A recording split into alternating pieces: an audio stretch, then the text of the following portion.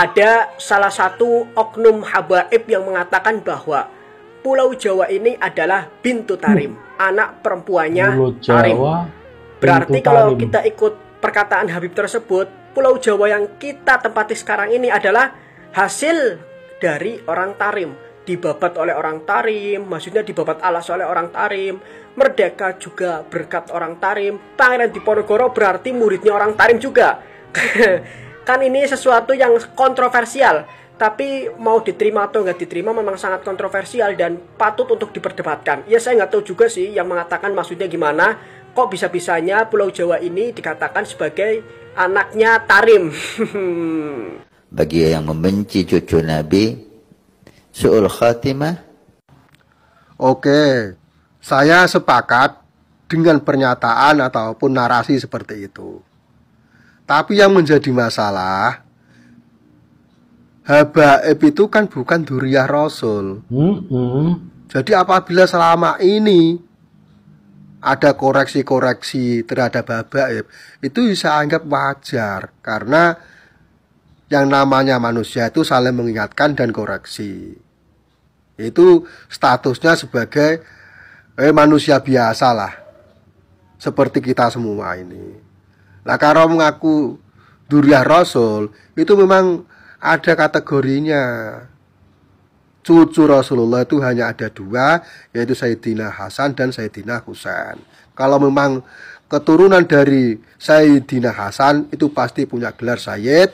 Kalau keturunan dari Sayyidina Husain itu pasti punya gelar Syarif.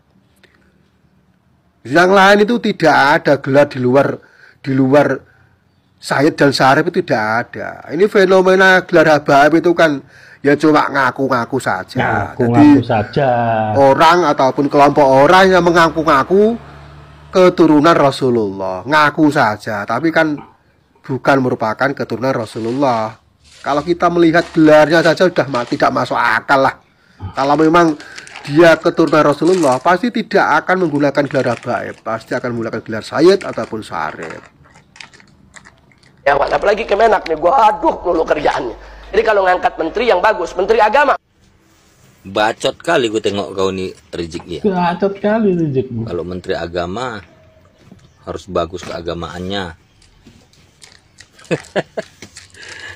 Kadang kaliannya lucu, kayak jadi pelawak tapi kok mukanya serius gitu ya. Jadi kalau keturunan Nabi, sedikit pun nggak ada jejak Nabi sama kau, Rizik. Sedikit pun tidak ada. Jadi kau harus ikut siapa? Ikut Dajjal. Jadi jangan kau tengok kesalahan orang lain, dirimu aja dulu kau tengok. Gitu.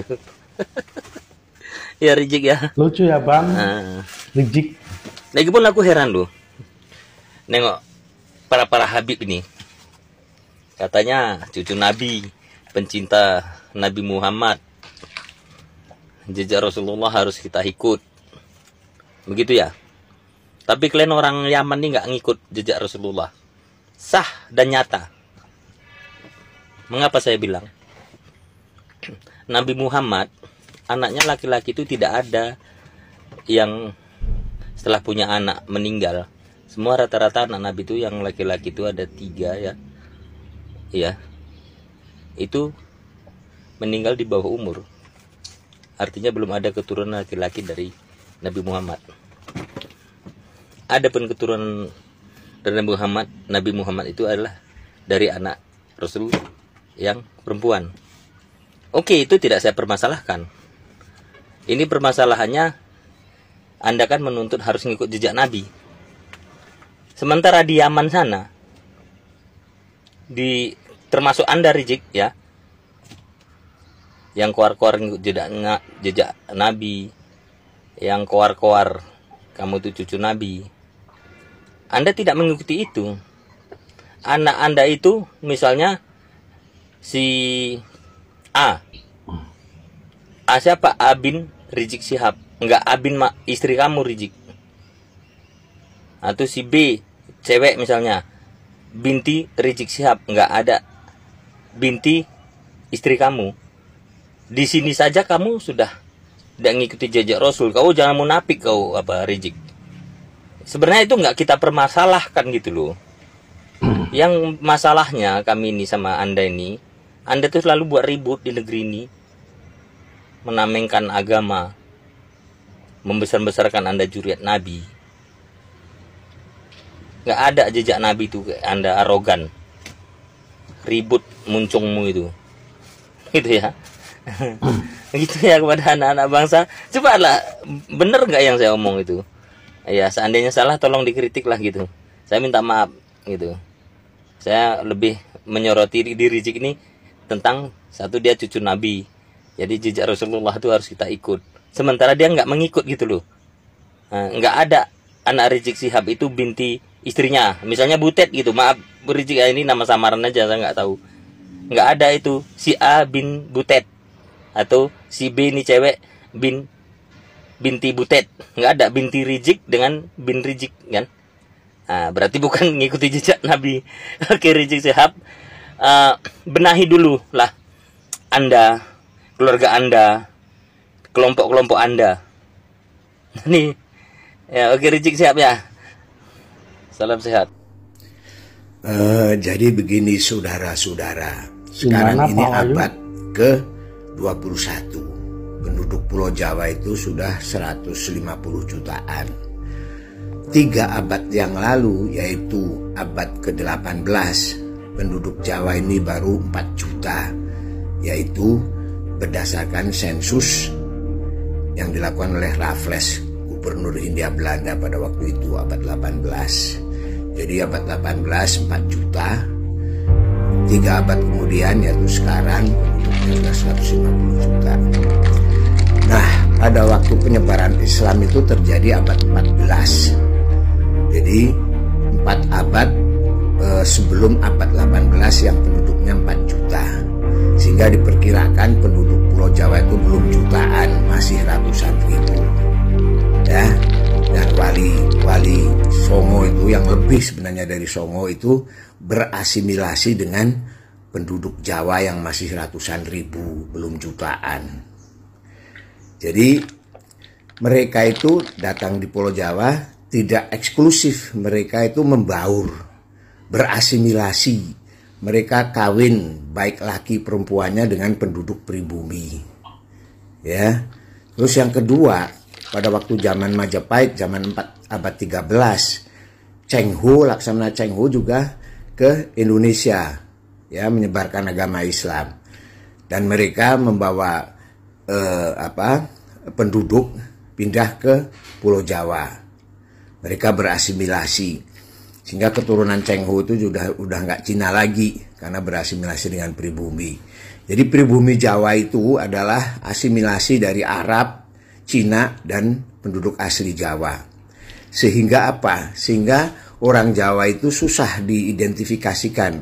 Kadang-kadang ada yang mirip Arab, kadang ada yang mirip Cina, kadang ada yang mirip Mongol, dan sebagainya.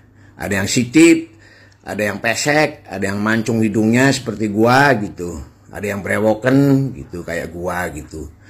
Jadi para wali itu membaur dengan pribumi, baik laki perempuannya, berasimilasi, kawin dengan pribumi.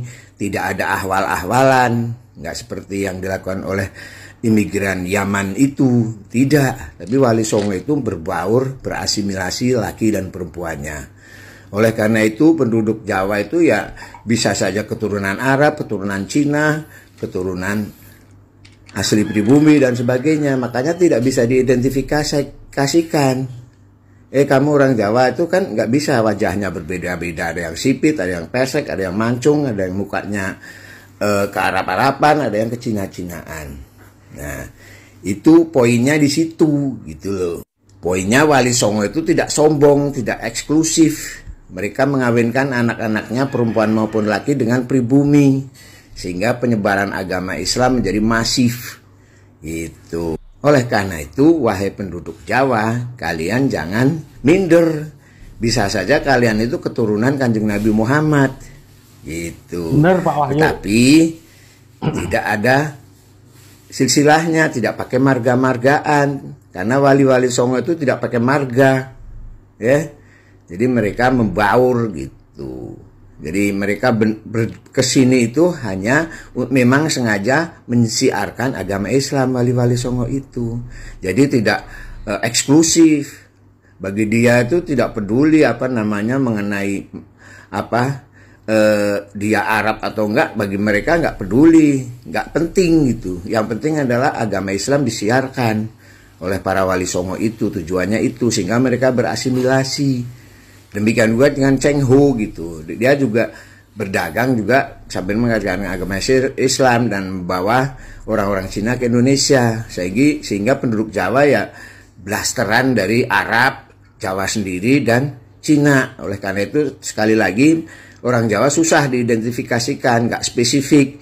Ada yang kayak Arab, ada yang kayak Cina dan sebagainya. Jadi tujuan wali Songo itu tidak eksklusif. Mereka tidak cari harta, tidak mencari benda, tidak mencari rezeki, tetapi wali Songo itu semata-mata menyebarkan agama Islam. Oleh karena itu, wahai penduduk Jawa, kalian jangan minder. Bisa jadi kalian adalah keturunan Kanjeng Nabi Muhammad SAW. Terima kasih.